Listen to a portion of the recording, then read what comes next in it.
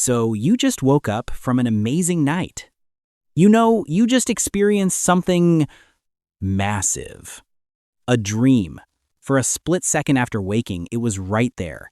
Maybe you were crying, maybe holding someone you'd never dare to even look at in real life. You lived another life. Freer. More real. And then, gone. Not faded. Gone. Like someone reached deep inside your skull and deleted a file while you were still opening it. This happens to you pretty much every single night of your life, and you just accept it. You blaming stress? Too much scrolling on TikTok? Bullshit. This isn't a glitch of modern life. This is a defense mechanism that's been running smoothly inside human heads for 300,000 years.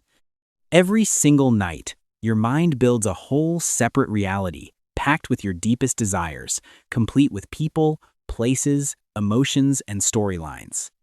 And then, right before you wake up, it destroys the evidence, personally. The question isn't why you forget. The question is, what is your brain trying to hide from you? Let me break down how this whole setup actually works. During the day, when you're wide awake, your brain is flooded with norepinephrine. Let's just call it the record switch for your hippocampus, your brain's memory filing center. Without it, you'd be walking around like a zombie, experiences just slipping right through you without leaving a single trace. But when you drift into REM sleep, the deepest state of dreaming where the wildest, most real dreams happen, your brain makes a brutal executive decision. It flips that norepinephrine switch straight to zero. What does that even mean? Simple. The camera is running, the lens is capturing everything, the experiences in your dreams are incredibly vivid, but there's no tape in the deck. And it gets worse. In 2019, scientists in Japan discovered a highly specific group of neurons in your hypothalamus. When you sleep, they release this chemical called MCH. The sole job of MCH? Run straight to your hippocampus and duct tape its mouth shut. It actively blocks memory consolidation from ever happening. In other words, you're not forgetting your dreams because you have a bad memory. You're forgetting because your brain hired a professional hitman. A hitman who meticulously plans, waits for the exact moment you're at your happiest or most vulnerable in a dream, and chokes that memory out in its cradle. It's a feature, not a bug. But why on earth would evolution go through all the trouble of building such a complex system just to wipe your memory every single night? There are two absolutely wild theories about this. Theory number 1, avoiding memory overload. Francis Crick, the genius who co-discovered the structure of DNA, came up with this brilliant idea.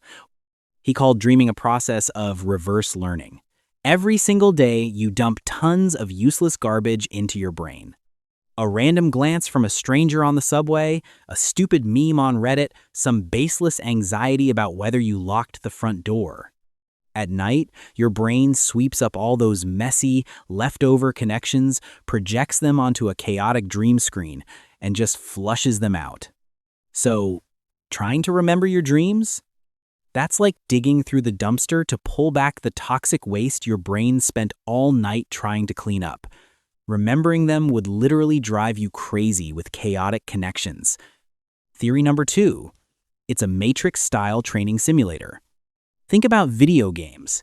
Before you head out to the battlefield to fight the boss, you hit the tutorial mode first. That's exactly what dreams are.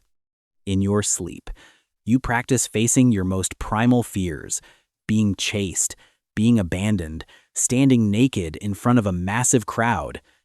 It's your brain's way of running low-stakes survival simulations. And here's the catch. It doesn't need you to remember how you learned. It just needs you to wake up with a rebooted nervous system, resilient, sharp, ready for real-world threats. You wake up as a different version of yourself. You just don't know why. Now, let's do some quick math. On average, you spend about 2 hours a night dreaming. That's 730 hours a year. Live to be 80, and you'll have spent a total of 7.5 years of your life. Just dreaming. 7.5 years. That is enough time to get 2 college degrees, get married, have kids, or travel the entire world.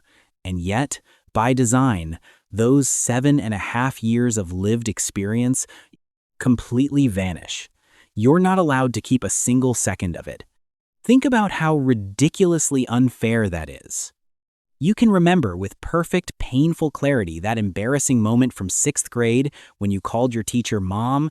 You remember the jingle of some stupid TV commercial from 15 years ago. You remember the face of some random person who brushed past you at a party back in 2012, even though you didn't even know their name. Your brain holds on to all that garbage without missing a beat, but 7.5 years of your deepest, most brilliant inner experiences? Gone. Obliterated. It makes you realize a pretty terrifying truth about ourselves. Your brain.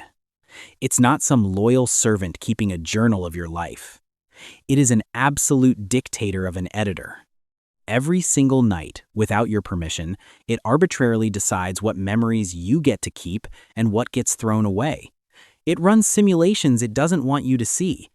It resolves inner conflicts, chews through pain, and processes things your proud, daytime ego tries so hard to ignore. Next morning, you wake up, stretch, look in the mirror and tell yourself, I'm still the same person I was yesterday. Wrong. The version of you looking back in that mirror was quietly rewritten in the dead of night. You think you're the author of your own life? No. You're just reading the heavily censored final print. You never ever get access to the drafts. But listen, don't be mad at that dictator of an editor. At the end of the day, it's doing all of this to protect you. Without those 7 lost years, we'd probably go crazy. We wouldn't be able to tell what's real and what's an illusion anymore. You'd be completely crushed by the wildest, rawest desires of your animal self. Forgetting isn't a betrayal. It is a gift of mercy your body gives to your mind. It's telling you, my job is to heal you. Your job is just to keep living. Let me handle the cleanup. Tonight, when you close your eyes and drift into the dark, send a silent thank you to that hacker in your head. Let him do his job.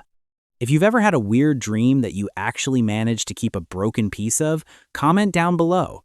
Or, honestly, just leave a period in the comments like a nod of approval that you're ready to hand over tonight's draft to your editor.